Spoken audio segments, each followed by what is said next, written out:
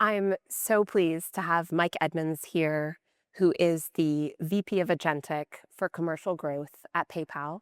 Welcome, Mike. Thank you. Thank you. I want to say welcome to Chicago. I've been very proud to call Chicago my home for the past 20 years, and I don't know why there are not more conferences like this in Chicago. So thank you, Commerce, for hosting it in my home city. Gorgeous, gorgeous building. Since you're a Chicago native, Mhm. we've been having a pizza debate among the Oh. team. Best pizza in Chicago. Do you have a recommendation for our audience here? Yeah, I'm not a deep dish guy. I mean, Okay. if you have to go, that's Giordano's Okay. is the way to go. But I would go more thin crust. Ooh, Yeah. ooh, we're getting some audience feedback here. Okay. Lose, thin Yeah. crust, Giordano's for deep dish. There you go. Awesome. Yep. Well, we have a lot of acronyms in agentic commerce today. We've got UCP, MCP, A to A, LLM. I'm going to introduce a new acronym before we start. PGV. PGV. PGV. PGV, for those of you who may not know, Party Girl Voice. That is what I have today. So thank you. Actually, shout out to the Klarna team, because the Klarna team, they taught me that Party Girl Voice is a thing. So please bear with me. I know my voice is not at full strength. PGV. Um, I love it. I PGV. love it. So, Mike, you mentioned that last week you spent the week in scenic Las Vegas Yes. at Google Next. A lot of buzz from the show, amazing announcements from Google. Give us a little bit of a summary of some of the things that are going on in Agentic and at Yeah. Google Next. Yeah, I'd say first, unsolicited advice is Las Vegas for me has a shelf life of 48 hours. And I was there for 4 days with back-to-back conferences. I do not advise that for anyone. Did you have Party Girl Voice last week? Shockingly, I don't. I don't. But that's really interesting. Maybe let's go at the end. Let's come back to that one. So it was super exciting. So Adobe Summit was the first couple of days. Agentic Commerce is a big part of how they see the world. A lot of buzz there. With Google Next, I would say the energy was like exponentially higher. There was something like 30 to 40,000 people there, merchants, partners, the entire ecosystem. I would say the key takeaway for me is Agentic is all the rage at Google. Mm. I used to work at Microsoft, and the amount of product releases and product updates at Microsoft, I found it literally was a full-time job. And even being at Google was very similar. There was, I mean, hundreds and hundreds of different product releases, and I felt like 90% of them were Agentic related. Okay. Agentic Commerce specifically was very intrigued with what's called GECX, Gemini Enterprise for Okay. Customer Experience, and how what they're doing is effectively enabling brands to have their own conversational commerce agent to participate in the future. The reason why I bring that up on stage is there's often conversations around with Agentic, what's the role of a brand website? Will brand Sure. websites still exist? I'm of the opinion that the front door to a brand will always be important, and I think it'll be more conversational going forward. Okay. So agentic commerce is dominating a lot of conversations. I know we've spoken a lot. You heard from Sharon earlier. We talked to a lot of our customers and prospects about it. I mean, what is actually happening on the ground? Help us thin out through some of the hype into what are you actually seeing in terms of actionable things? Yes, Agentic commerce is the buzziest of buzzwords. There's no question about it. And I often think whether it's on stages like this or even in conversations with merchants and partners, you have to establish a shared understanding to make sure that you're playing off the same sheet of music. So with Agentic Commerce, what is actually changing, what's actually real in this very early innings that we find ourselves in is discovery.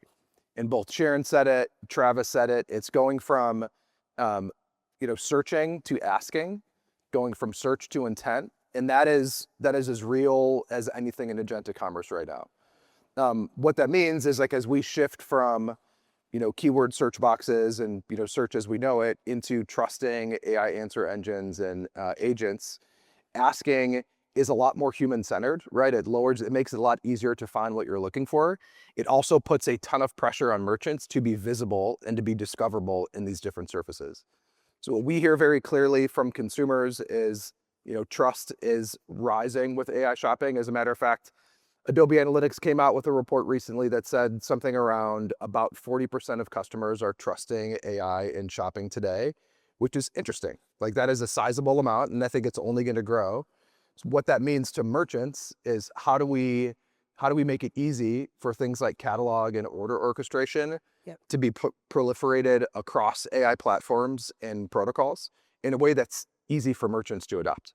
And is that trust on trusting what's being recommended to me? Is that like the consumer trust is in the answer? Because Mhm. one of the things that I'm a big Reddit fan. Okay. And actually, the LLMs were largely trained on Yeah. Reddit, right? If you look at some of these things, so you can Yes. just skip the LLMs, go right to Go right to Reddit, to the Reddit. source. But are you saying that consumers are trusting these recommendations that are coming from some of the product discovery? Yeah, good question. So trust has many different layers when you think about commerce, right? And I Yeah. think to your point specifically, trusting what gets recommended and why, Hmm. right? As we've all grown up in the era, especially around commerce and the advertising business model, ads typically have a negative connotation for Yeah. most people, right? So if a recommendation is surfaced via an ad, is that ad human-centered? Is it related to what I'm looking for? Or is it like way too closely tied to a business model, therefore it feels inauthentic? So that's one thing. The second thing is not all business models within LLMs are transparent and clear, right? So how something is getting recommended is a bit of a black box. And when you think about just the general consumer, like there is a level of sometimes skepticism, sometimes trust around why something's being recommended. So I think that's the first layer that at least Mm. we care a lot about at PayPal. And then the gentleman just mentioned, commerce doesn't happen without a transaction, right? And you think about what trust means in the world of agentic commerce, PayPal has been around for 25, 26 years. And what we did in the era of traditional e-commerce with eBay, right, through know your business, know your consumer, making sure that both actors have a trusted relationship to Yeah. enter your credit card information or pay by a wallet. It's a very similar paradigm in agentic commerce. Now we're adding a different actor, which is around agents. So know your agents. So trust is not only a discoverability recommendation thing, but it's also, can you trust an agentic surface to input your payment details in a way that you feel from a fraud, a risk, and an identity layer that you Yeah. feel protected as a consumer and a merchant? And do you think you mentioned advertising? I think a lot of us operating an Instagram, seeing your Instagram feed, can be some very clever targeted advertising, but it has changed consumers' interaction with that surface. Mhm. We were talking earlier about the LLMs, the business model ultimately, and pivoting towards advertising. Do you think that that will also change how consumers trust output if they know that, Mhm. OpenAI and Claude are potentially Yeah, getting ad revenue from Nike to recommend, a new pair of running shoes for your Chicago Marathon training? for sure. It's definitely not my Chicago Marathon training. I'm not a marathon person, but it could be one of yours. No, I mean, so I want to caveat really quickly. Like I, as a, employee of PayPal, do not have any insight into the business models Sure, that have or haven't been released by LLMs. I can just say my personal expertise sure. and like my personal interest. Um, I do think if you look at like Google and Meta as examples, like those are advertising companies. And I think the way that Meta is specifically thinking about agentic, they're being open and transparent around that value exchange, right? When Sure. you are on Instagram or Facebook, like that it's free, but that there's a value exchange around you will be targeted and there'll be, benefits and negatives to that. I go back to around the Super Bowl, the ads that were shared, I think it was by Anthropic, where they were basically making fun of what ads could look like if gone wrong in Yes. ChatGPT, Yep. which I just think is really, really interesting because you think like the whole idea of a conversation is predicated on trust. Yes. And if there's any indication that the scale is being kind of maneuvered Mhm. without it being transparent, trust is eroded. I do think that there's a way to do that, advertising in an agentic surface that feels transparent. Okay. And I'm really eager to see how that unfolds. Yeah. We're talking a little bit about trust, and for our merchants that use PayPal Wallet, Mhm. some of that, the trust in that transaction, the protection that comes with that is really important. You mentioned in an agentic checkout environment, we're still sort of working through some of those things. How do you think about some of the hurdles in terms of authenticating a transaction and really for the merchants in the room protecting merchants? Yeah, Because as you know, friendly fraud chargebacks, these can have really significant impacts on a merchant in terms of both administrative burden and actual revenue loss? yeah. Awesome question. I'm going to actually answer that with a question first off, and Okay. a question for the audience. So A month or so ago at NVIDIA's GTC conference, their CEO, Jensen, had a stat that has stuck with me all this time over the past Okay. couple months, which is within the next 10 years, there will be more agents online than humans online. So my question for the audience, just by show of hands, for all the merchants in the room, how many merchants feel like their infrastructure, their tools, their systems, their experiences are ready for a world where there are more agents online than humans? A few, Are there a couple? yes. Okay. I can't see any. Yeah, so I think like that's awfully telling, right? And as we think about, what agentic commerce can look like in the future, not only from a discovery perspective, but just to be like ready to Mm, participate in commerce, like requires transformation for yep. merchants to go through. And to your point specifically around the transaction, having that's why we believe our role in the ecosystem is so important among many people in the Sure. ecosystem that are also critically important of that foundational layer to instill trust through things like fraud protection and identity and chargebacks. If those things are an afterthought, Mhm. right? And if merchants aren't prepared with the right systems and tools in place to enforce that, agentic commerce is going to struggle to get out of the early innings. So you talked about what it means to be agentic ready, and other than this gentleman at the table who is, we should go find him after Yeah, and we find should. out how he's prepared his business. Yep. To you, what does it mean to be agentic ready? If you're sitting in the room thinking, "Am I ready for more agents than people Yeah. in a shopping environment?"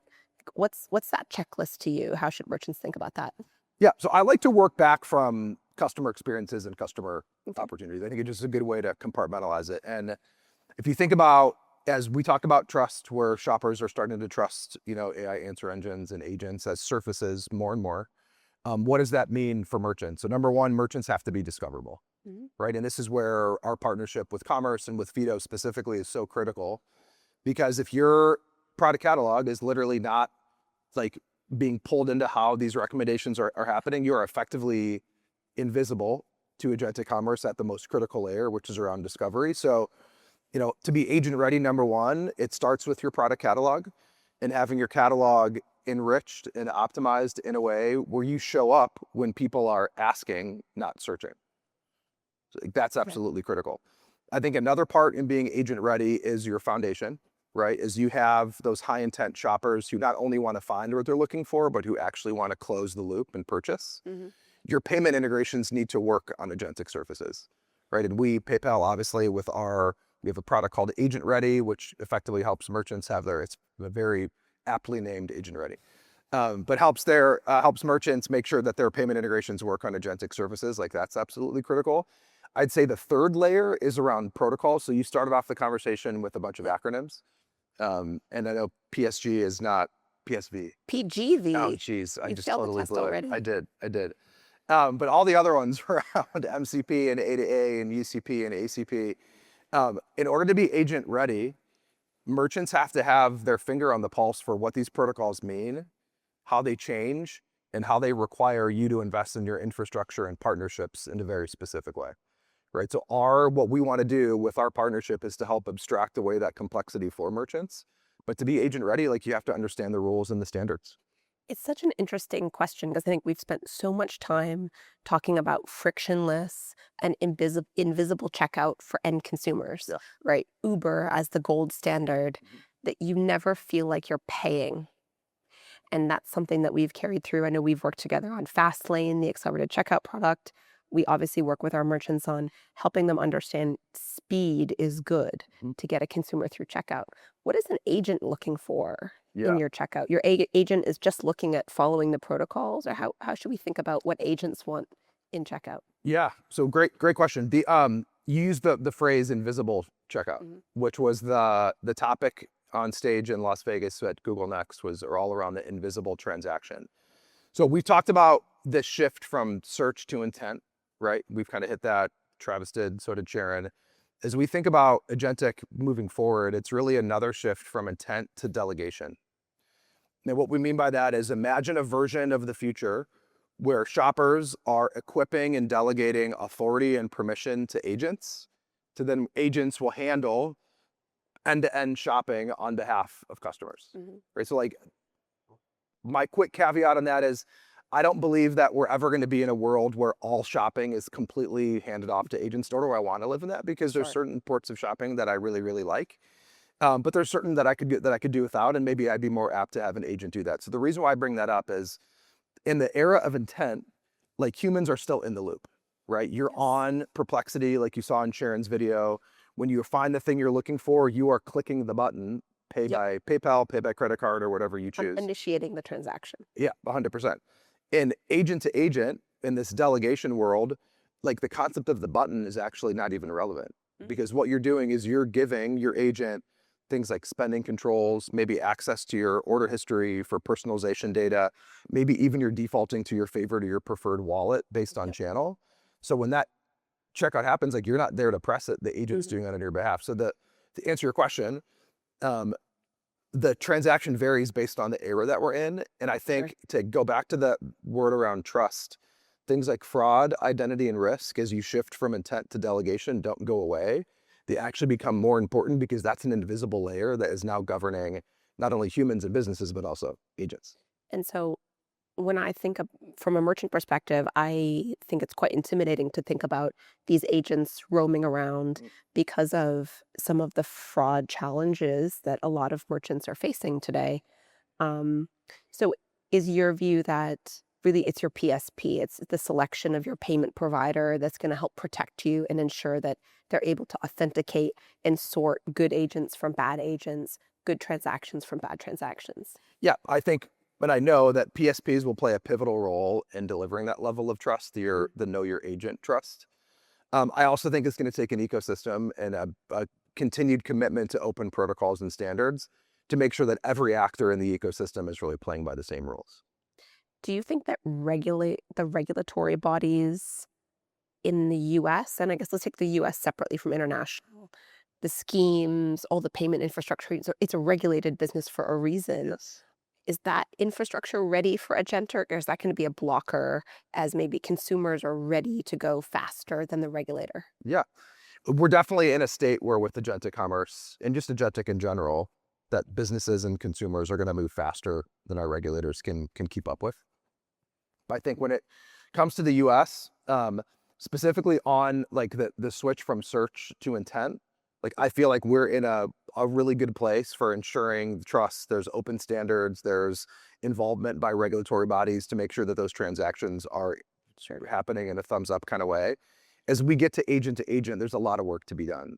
And not only from the various layers that we play, but also from a regulatory perspective as well. When you think about liability and liability frameworks, understanding from a regulatory perspective all the actors that are liable and be really clear handoffs. Like that's a very clear signal that I have with the merchants that we work with around ambiguity with liability as we shift to the era of delegation. And that's something I was at your PayPal Beyond event in San Yep. Francisco a few weeks ago, and that's something that, the merchants on stage, were talking about it very clearly of just Mhm. trying to understand, how is this gonna happen? Yeah. Switching gears on commerce overall, so actually only 20% of retail purchases happen in e-commerce, right? 80% is Isn't that still in crazy? store. Yeah. It is crazy, especially post-COVID, because I think we all thought Yeah. that COVID was going to really end in-store shopping. Mhm. So when you think about agentic, is agentic expanding the pie for e-commerce? Is that 20% gonna go to 25 or Yeah. 50%? Do you think that agentic is expanding e-commerce, or is it just shifting purchasing from a direct, brand's website to an agentic surface? Yeah. If I had a clear answer to that question, I could literally see the future.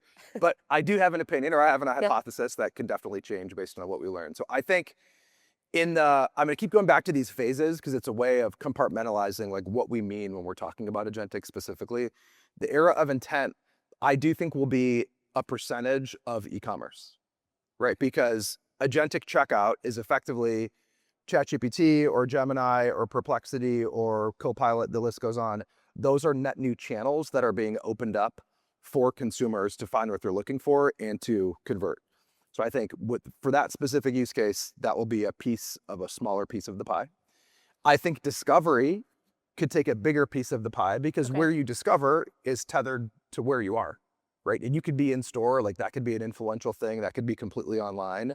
I think where the pie gets truly bigger is agent to agent and this Okay. delegation. Because now if we have more agents than humans participating online and this concept of transactions and microtransactions, I think commerce is going to be happening in a way that we've never seen before. And I think a lot of those older statistics will have to stay in their phase, and we'll have to come up with new ones and maybe even new acronyms to help describe what's happening. We've done a lot of acronyms today. So, where should merchants, you talked a little bit about the importance of your payment service provider, working with someone like PayPal that's going to manage that trust layer, ensure that you're working with, you can sort the good bots from the bad bots. Yep. Where should merchants be investing now? What's your recommendation? Yes. I think given, following customers kind of the Hmm. path that they're leading out for us, how the criticality of discoverability, the fact that this is not a thing that's happening in the future, it's actually happening today.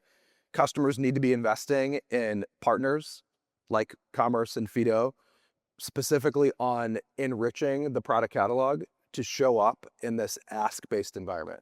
And the reason why that's so important is even if the volume there today is not, where it'll be in the future, which will definitely be going up, think about the learning opportunity for merchants, right? If you have your catalog syndicated to these new agentic channels and you're able to continuously enrich how your product shows up based on these different prompt-based customer experiences, your ability to continue to test and learn and to be in a better position than your competition is actually going to be exponential. Mm. So I think if I was a merchant, I would be investing in that ahead of volume, getting your data and your catalog in a ready state to meet customers where they're going. Okay. Well, that's a great advertisement for Feedonomics and Feedonomics Surface, which we talked about earlier. So where does the transaction happen in 3 years then? Mm. Is you talked earlier about you think storefronts aren't going away, right? There's still value. Yeah. You still have shoppers that transact in a brand site, but you're obviously very bullish on the number of agents that are going to be out there Yeah. on agent to agent, A to A transactions. So within ecom, with your crystal ball, like where do you think the majority of transactions are going to happen? 3 years feels like what's happening in 2090, doesn't it? Like 3 years in agentic commerce is so I was far out. actually struggling to think about what is 3 years from now, 2029. Yeah, yeah, yeah, wild. Um, yeah, so I think in my crystal ball, Yes. which is very not clear, I would say, um, there's two things that we believe to be true. Number one, brands will still matter, and I would argue they're going to matter as much today as they are in the future, right? And why that matters is the front door for brands is still going to be the way that you, as brands, establish relationships with customers, deepen relationships with customers through things like loyalty, um, and then even evoke the specific emotions that you're looking for, right? So I think Mhm. that's critical, but how that's going to look and feel is going to be different. So I think over the next 3 years, every brand or most brands it's going to feel more agentic on their experience. So imagine a world where every retailer has their own version of Rufus or their own version of Sparky, right? Mhm. These, Amazon and Walmart specifically, but they look and feel and they evoke specific emotions. So I think that's going to be important.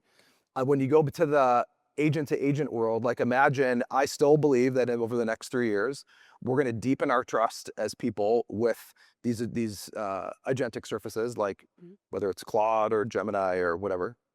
And I think what's going to be interesting when it comes to transactions is that agent to agent protocol, like the rails that govern and ensure safety, security, trust, liability, risk, fraud, all of that are going to be well in place over the next 3 years Sure. and will actually enable you going from your agent that you trust, maybe it's your personal agent, maybe it's your agent through ChatGPT, and that interacting with a brand agent where then there's an invisible transaction that occurs there. So I believe that in summary, brands will still matter. I think the agentic surfaces we use will still matter. I think over the next 3 years, those rails will make it easy to find and to transact.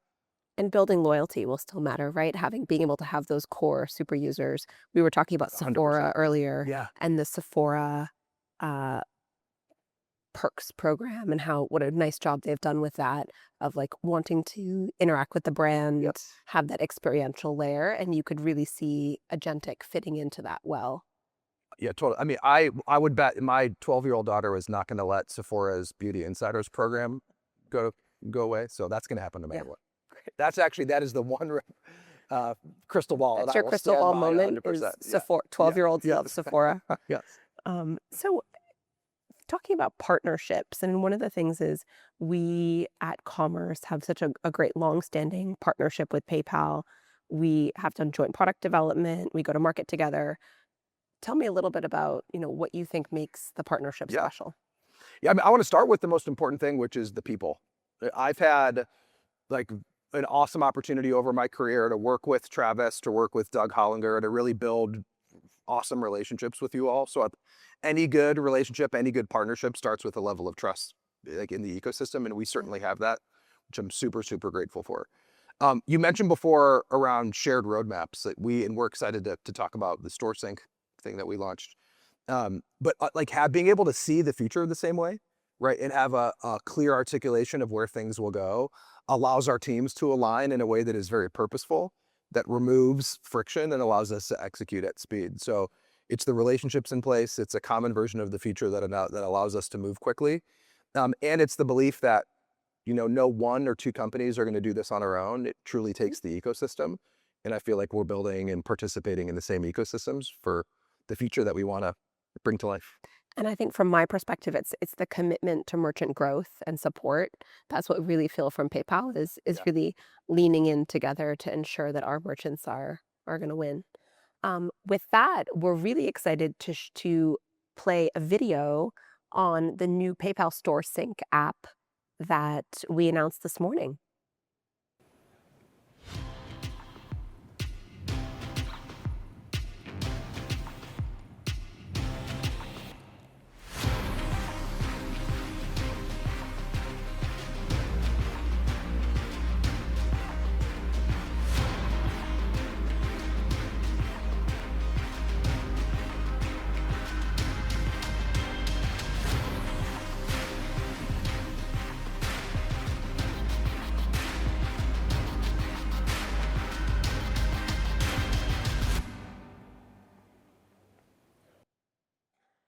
Amazing. Yeah, it's dope. It's Yeah. awesome. I think big shout out to the joint teams developing that. So Store Sync, I mean, this has been an amazing opportunity to bring something to life. This is, if you scan the QR code for BigCommerce PayPal merchants, app is currently available in our app stores. The QR code will take you to the app page where you can sign up. But I think a great evolution of kind Yeah. of bringing agentic to life. I remember probably about a year ago, we were starting to talk about agentic and how we were going to support merchants together. And Here we are. amazing to see it launched. Yeah. Incredible. I mean, so first of all, we're deeply grateful for the partnership. This is such Yeah. a great indication of us working merchant back, of us having a common version of the future, and then not just talking about it, but doing something about it. What we know, like we've been talking about in our conversation, is how important it is to be discoverable, Yep. so that you can participate as a merchant. And our partnership enables that discoverability and purchasability for any merchant who wants to be where their customers are going in growing numbers. Yeah. Love that. So if you talked a little bit about product data, catalog, taxonomy, if you could give merchants kind of a bold bet to make walking out of this room, is it get your product data and catalog in order? What's the bold Yeah. bet they need to take away from this session? Yeah, maybe three, and I'll let you score the level of boldness in them. But I mean, you cannot leave this conversation without it being abundantly clear that we both believe that getting your catalog Yep. situated and optimized for agentic is a non-negotiable, no regrets move. Number two, I would say we've hit on it very briefly, but the importance of loyalty. Yep. You should be working with partners and establishing ways to explore the way that agentic can deepen your loyalty with customers, not replace or disintermediate you. So I think that's a bold bet that I Yep. would urge all the merchants in the room to take. And then maybe just more like taking a step back. Although sitting here on April, it's the 29th today? Sure. Sure. Okay. On April 29th, that this phase of delegation feels kind of out there. I do believe that over the near term, over the next 18 to 24 months, that shift is going to be more real from intent to delegation. And I think merchants need to prepare for that, to prepare for what it looks like when there are more agents online, that's growing, to make sure that your infrastructure can accommodate that and that you can deliver experiences that convert All right, in those prepare scenarios. for when the agents take over. That is the most bold I didn't recommendation. say take over, not taking over. With that, I would like to give a big round of applause to Mike Edmonds. Thank you so Thank you. much for Thank you. coming. Awesome job. Yeah.